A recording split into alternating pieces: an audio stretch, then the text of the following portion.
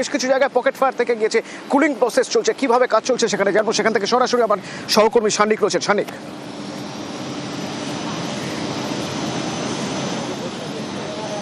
অতনু, প্রায় 12টা ইঞ্জিনের একটানা চেষ্টা, তারপরেও এখনো পর্যন্ত পুরোপুরিভাবে আগুন নিভে গেছে সেটা বলা যাচ্ছে না। আগুন সম্পূর্ণভাবে নিয়ন্ত্রণে, তবে আগুন নিয়ন্ত্রণে আসার পরেও বিভিন্ন জায়গাতে, যেহেতু যে জায়গাতে আগুনগুলো লেগেছিল পুরোপুরিভাবে অস্থায়ী শেড, সেগুলো উপর থেকে পুরোপুরি ভেঙে পড়েছে, তাই ভেতরে প্রচুর অংশে আশঙ্কা এই সময় থেকে যায় যে ভেতরে ছোট ছোট অংশে পকেট ফায়ার থেকে যায়, যেগুলো থেকে পরে আবারও আগুন ছড়িয়ে পড়ার সম্ভাবনা থাকে। তাই দমকল আধিকারিকরা পুরোপুরি সুনিশ্চিত করছেন কোনো জায়গায় কোনো পকেট ফায়ার রয়ে গেছে কিনা। তারা সেইগুলোকে জল দিয়ে এখনো পর্যন্ত নেভানোর কাজ করে যাচ্ছেন। এখনো দমকলের ইঞ্জিন রয়েছে, দমকলের ইঞ্জিনগুলি এখনো চেষ্টা চালিয়ে যাচ্ছে যে ভেতরের অংশগুলো যতটা ভেতরে ঢোকা যায়, ভেতরে গিয়ে গিয়ে যে ছোট ছোট পকেট ফায়ারগুলো, সেই পকেট ফায়ারগুলোকে পুরোপুরিভাবে এক্সটিংগুইশ করার, এবং পাশাপাশি গ্যাস কাটার নিয়ে দমকল আধিকারিকরা ভেতরের অংশে ঢুকছেন, কেউ আছেন কিনা সেইটা সুনিশ্চিত করছেন, এবং তারপরে সেই জায়গাতে পকেট ফায়ার নিয়ন্ত্রণ করছেন। এখনো পর্যন্ত আগুন নিয়ন্ত্রণে আনার যে প্রক্রিয়া সেটা চলছে, এবং আশেপাশের বিল্ডিংয়ে গতকালও যে ছবি আমরা দেখতে পেয়েছি, সারাদিন কুলিং অফের প্রসেস সারাদিন ধরে চালাতে হয়েছে, কেননা আশেপাশে নতুন করে যেহেতু খোলা জায়গা, চারদিক থেকে হাওয়া রয়েছে, তাই আগুন নতুন করে ছড়িয়ে পড়লে আরও বড় ঘটনা ঘটতে পারে। তাই সেই জায়গায় দাঁড়িয়ে দমকল আধিকারিকরা সেই চেষ্টাটা চালিয়ে যাচ্ছেন আগুন যাতে না নতুন করে ছড়ায়, সেই বিষয়টাকে পুরোপুরিভাবে তারা প্রসেস শেষ হতে কতক্ষণ সময় লাগতে পারে বলে তোমার মনে হয়? কারণ এরপরে তো ফরেনসিক টিম ঢুকবে, ফরেনসিক টেস্ট হবে এরপর।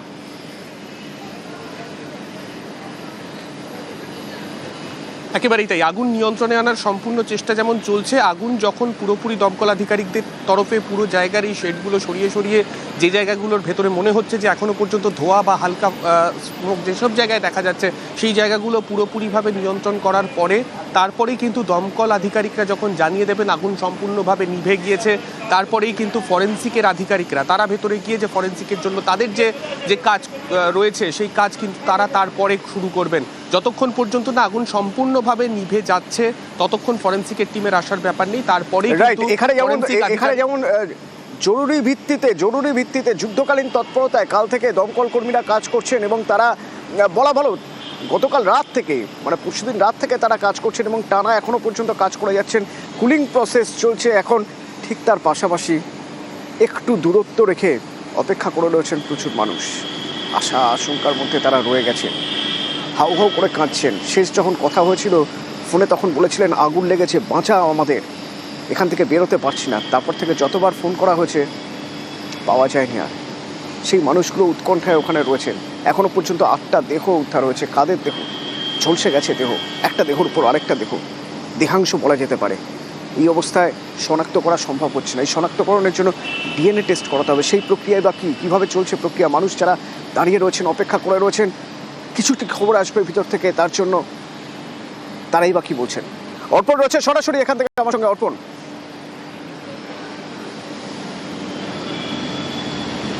একদমই অতনু, আমাদের সঙ্গে রয়েছেন বেশ কিছু পরিবারের সদস্যরা, তারা রয়েছেন, তারা নিজে চোখে তারা দেখেছেন যে কিভাবে দলা পাকিয়ে গেছে দেহর অংশ পড়ে রয়েছে। তাদের পরিবারের লোকজন শোকস্তব্ধ, তারা জানেন না কি দেখছেন, কি চাইছেন এখন।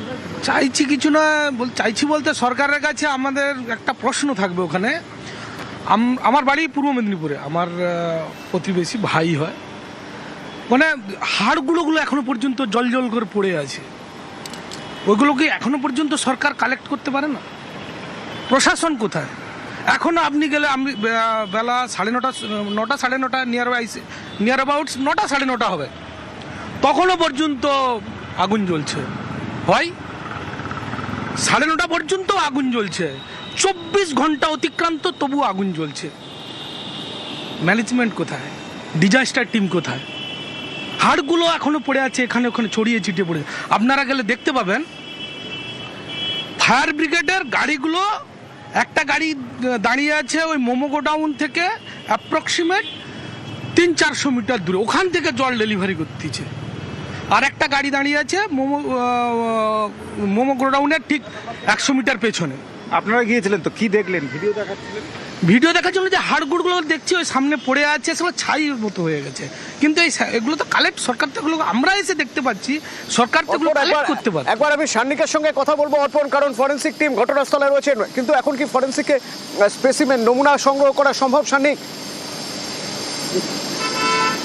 ইতিমধ্যেই যে অংশে আগুন সম্পূর্ণভাবে নিয়ন্ত্রণে চলে এসেছে, সম্পূর্ণভাবে আগুন যে জায়গায় নিভে গিয়েছে, যেহেতু এই গোটা জায়গাটা অনেক বড় এবং প্রচুর অংশ রয়েছে, যে অংশগুলো ইতিমধ্যেই পুরোপুরিভাবে আগুন নিভিয়ে ফেলা সম্ভব হয়েছে, সেই জায়গাতে কিন্তু ইতিমধ্যেই আমরা যে ছবি দেখতে পাচ্ছি, ফরেনসিকের টিম তারা ইতিমধ্যেই প্রবেশ করেছেন এবং ফরেনসিকের টিম এখানে প্রবেশ করার পর তারা কিন্তু ইতিমধ্যেই ফরেনসিকের আধিকারিকরা তাদের কাজ শুরু করেছেন।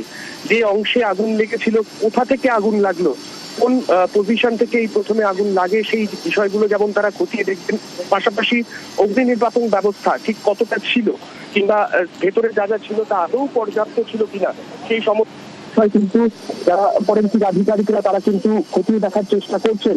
এখনো পর্যন্ত ফরেনসিকের আধিকারিক যারা রয়েছেন তারা ভেতরে প্রবেশ করছেন, এখনো পর্যন্ত ফরেনসিকের আধিকারিক যারা রয়েছেন তারা ভেতরে প্রবেশ করেছেন। ভেতরে প্রবেশ করে যে জায়গাগুলোতে শেড পুরোপুরিভাবে ধসে গিয়েছে সেই শেডের ভেতরের অংশে প্রবেশ করে তারা চেষ্টা চালাচ্ছেন যত দ্রুত সম্ভব এই আগুনকে নিয়ন্ত্রণ করার পরে যে ভেতরের যে ছোট ছোট যে ফরেনসিক স্যাম্পেল রয়েছে সেই ফরেনসিক স্যাম্পেলগুলোকে যত দ্রুত সম্ভব প্রাথমিক তারা কাজ কিন্তু সারনি বের করে আগুনে আর কোথাও যেন কোনো রকম কোনো বিপদ না থাকে সেটা দেখে নেওয়ার, অর্থাৎ পকেট ফায়ার পুরোপুরি মপ আউট করতে হবে। তারপর ফরেনসিক টিম দেখবে আগুন লাগলো কিভাবে, কিন্তু এই আগুন লাগলো কিভাবে বা আগুন দ্রুত নেভানো যায়নি কেন, তার পিছনে হাজার একটা প্রশ্ন থাকবে, হাজার একটা ফ্যাক্টর কাজ করে যাবে। সুজিত বসু দমকল মন্ত্রী তিনি গিয়েছিলেন, গিয়ে তিনি বলছেন ফায়ার অডিট ছিল কিনা দেখা হচ্ছে, এফআইআর করে তদন্ত হবে। সুজিত বসু কি বলছেন শুনবো। আমাদের ফায়ার অডিট হয়, এটা আমাকে দেখতে হবে এখানে ফায়ার অডিট হয়েছিল কিনা, সেটা এনকোয়ারি করব। সমস্ত জায়গায় ফরেনসিক হয়, এখানেও সেগুলো হবে। এখানে এফআইআর হবে, শুধু তাই না, এনকোয়ারি হবে, এফআইআর হবে এবং আমাদের তরফ থেকে আমরা বলতে পারি যা যা আইনগত ব্যবস্থা আছে এর বিরুদ্ধে সবকিছু ব্যবস্থা নেওয়া হবে। ফায়ার সেফটি ক্লিয়ারেন্স ছিল না, ডিজি ফায়ার দাবি করছেন, শুনুন। ফায়ার ক্লিয়ারেন্স তো নেই এটা বলতে পারি, বাকি ইনভেস্টিগেশনের পার্ট আছে, যেটা ফায়ার পার্ট দিকে এই ক্লিয়ারেন্সটা নেই কিছু। আপনারা কি এফআইআর করবেন?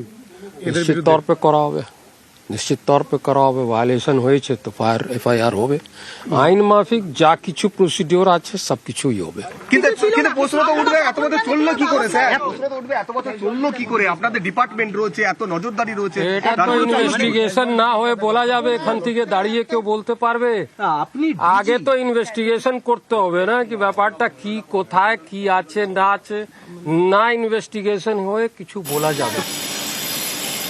শানিক একটা অঘটন ঘটে যাওয়ার পর তারপর তদন্ত, কিন্তু যে মানুষগুলো চলে গেল সেই মানুষগুলো তো চলেই গেলেন, তাদের তো আর ফেরত পাওয়া সম্ভব হবে না।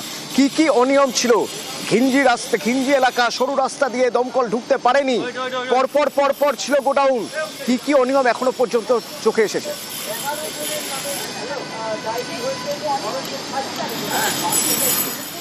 দেখো, দমকল মন্ত্রী এবং তার পাশাপাশি দমকলের ডিজি দুজনেই বলছেন এরপরে বিস্তারিত তদন্ত হলে তারপরেই কোন কোন জায়গাতে এক্স্যাক্টলি গলদ ছিল সেইটা হয়তো বলা সম্ভব হবে। তবে তারা কিন্তু দুজনেই এক বাক্যে স্বীকার করে নিচ্ছেন যে এই জায়গা যে ইন্ডাস্ট্রিয়াল এস্টাবলিশমেন্ট ছিল তার কিন্তু কোনো রকম ফায়ার সেফটির জন্য যে সার্টিফিকেট প্রয়োজন হয় তা কিন্তু ছিল না। অর্থাৎ ফায়ার সেফটি প্রত্যেক বছর আমরা দেখি কোনো বড় অগ্নিকাণ্ডের পরেই দমকল মন্ত্রী বারংবার সেই ফায়ার সেফটির ওপর জোর দেন, ফায়ার সেফটি অডিট করা হবে বলে তিনি জানান, কিন্তু তারপরেও সেই ফায়ার সেফটি নিয়েই কিন্তু এক্ষেত্রে প্রশ্ন উঠছে, এত বড় ইন্ডাস্ট্রিয়াল বেল্ট সেখানে ফায়ার সেফটির জন্য যে নির্দিষ্ট যে কাগজপত্র তা সুনিশ্চিত না করেই এত বড় ইন্ডাস্ট্রিয়াল বেল্ট চলছিল এবং দমকলের আধিকারিকরাও যে কালকে থেকে কাজ করছেন সেক্ষেত্রেও তাদেরকে রাস্তা সরু, যে জায়গার ভেতরে কাজ করতে হচ্ছে সেই জায়গাতে দমকল ইঞ্জিন পৌঁছে ভেতরে পুরো অংশটায় প্রবেশ করে কাজ করার ক্ষেত্রেও বেশ কিছু বাধা তাদেরকে পেতে হয়েছে।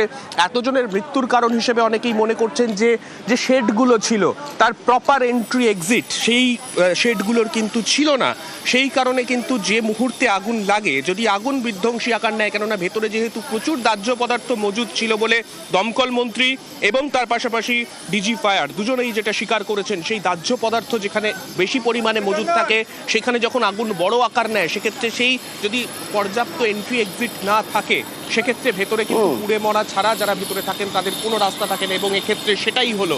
অর্থাৎ এত বড় ইন্ডাস্ট্রিয়াল বেল্টে এইভাবে অনিয়ম করে কিভাবে চলছিল, কেন নজরদারি হয়নি, সেই প্রশ্নগুলো কিন্তু স্বাভাবিকভাবেই থাকছে। এবং যখন দমকল মন্ত্রীকে এবং এই যারা এত প্রাণ গেল এদের মধ্যে এখন অনেকে মিসিং, নিখোঁজ, কোনো খোঁজ পাওয়া যাচ্ছে না। যেমন ময়নার 2 যুবক, এই ময়নার 2 যুবকের খোঁজ পাওয়া যাচ্ছে না। ময়নার বিধায়ক অশোক দিন্দা, ময়নার বিজেপি বিধায়ক অশোক দিন্দা, তিনি যখন ঘটনাস্থলে যান তৃণমূলের সমর্থকরা তাকে স্লোগান দিতে শুরু করে, এবং এর পরের ছবি দেখুন।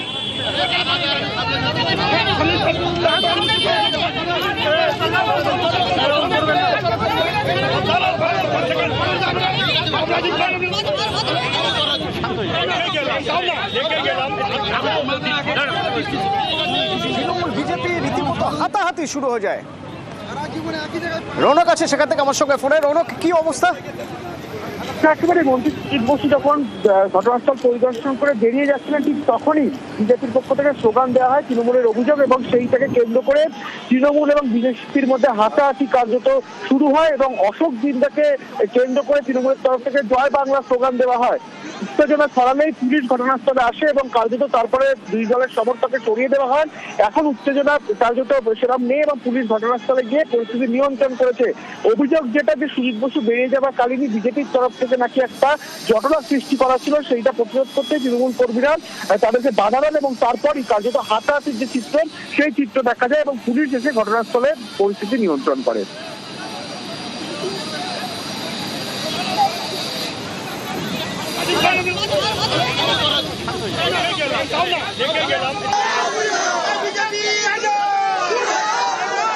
ময়নার 2 যুবক বুদ্ধদেব জানা আর সৌমিত্র মণ্ডল, তারা এই ডেকোরেটার্সের এখানে ফুলের কাজ করতেন। সেদিন রাতে এখানেই ছিলেন তারা। এরপর বাড়ি থেকে যখন ফোন করা হয় তখন সুইচ অফ পাওয়া যায় গতকাল থেকে, অথচ তার আগের দিন সন্ধে বাড়ির লোকের সঙ্গে ওই মোবাইল থেকে কিন্তু কথা হয়েছে দুজনের। নরেন্দ্রপুর থানায় গিয়ে ডিএনএ টেস্টের জন্য ডিএনএ দেবেন তাদের আত্মীয়রা।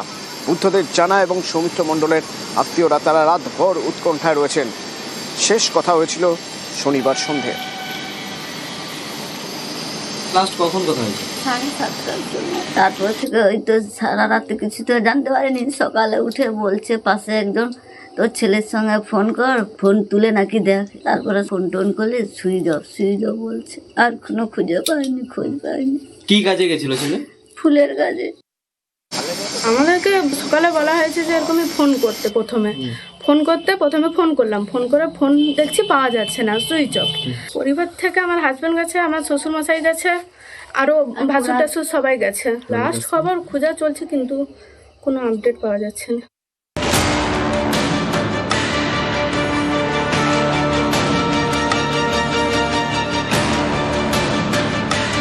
ফোন করে বলেছিল আগুন লেগে গেছে, ভিতরে আছে, বেরোতে পারছি না, হয়তো ভাঙবে না। এখানে আগুন ধরে গেছে, আমি আর বাঁচবো না, তুমি আমাকে বাঁচাও। আগুন লেগে গেছে, ওর ভিতরেই আছে, বার হতে পারে।